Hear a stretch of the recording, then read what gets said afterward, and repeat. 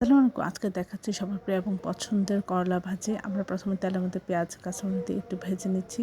নিয়ে এর মধ্যে আধা চামচ আদা বাটা, আধা চামচ রসুন বাটা দিয়ে একটু ভেজে নিয়ে এর মধ্যে দিয়ে দিচ্ছি কেটে রাখা আলু কুচি, তারপরে আধা চামচ হলুদ গুঁড়ো, আধা চামচ ধনিয়া গুঁড়ো, আধা চামচ জিরা গুঁড়ো, আধা চামচ লবণ।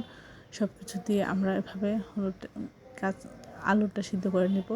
আলুটা মোটামুটি সিদ্ধ হয়ে গেলে আমরা এর মধ্যে দিয়ে দিব করলা। করলাটা একটু ভেজে নিয়ে কিছুক্ষণ ভাজা হলে মাঝখানে তেল দিয়ে আমরা এর মধ্যে একটা ডিম দিয়ে দিচ্ছি। কিছুটা সিদ্ধ হওয়ার পর আমরা একটু নেড়ে চেড়ে ভাজির সাথে মিশিয়ে দিব। তারপরে এভাবে নাড়াচাড়া করতে করতে সব কিছু ঠিক আছে আমি দেখব, নিচে যেন লেগে না যায়, এই জন্য মাঝে মধ্যে নাড়াচাড়া করতে হবে, প্রয়োজন হলে তেল দিতে হবে। সব কিছু ঠিকঠাক থাকলে আমরা এটা নামিয়ে পরিবেশন করব। অসম্ভব মজা হয়েছিল। আশা করি আপনারা এই রেসিপিটা এভাবে একবার হলেও ট্রাই করবেন। সবাই আমার চ্যানেলটি লাইক করুন, শেয়ার দেবেন, সাবস্ক্রাইব করবেন, আমার প্রিয়জনকে বেশি বেশি করে শেয়ার দেবেন। আমার চ্যানেলে সব রকম রান্নার রেসিপি রয়েছে, আশা করি দেখবেন। আর এই অসাধারণ রেসিপিটা একবার হলে আপনার বাসায় ট্রাই করে প্রিয়জনকে খাওয়াবেন।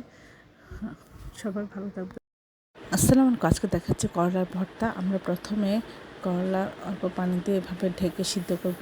আর করলা পুরো কাঁচা না হয়, একটু আধা পাকা হলে বেশি মজা হয় খেতে, দ্রুত সিদ্ধ হয় এবং খেতে খুব সুস্বাদু হয়।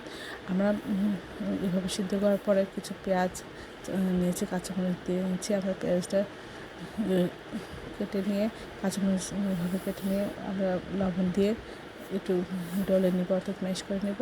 তারপরে আমরা এর সাথে করলাটা ম্যাশ করে নিচ্ছি। তারপর পরিমাণ মতো আমরা এখানে সরষের তেল দিয়ে দিব। অসম্ভব মজা হয়। যাদের ডায়াবেটিস আছে তারা নিয়মিত এই ভর্তাটা খান বা করলা খেতে হয়। আশা করি এভাবে খেলে আপনাদের খেতেও মজা লাগবে এবং খুবই উপকার হবে।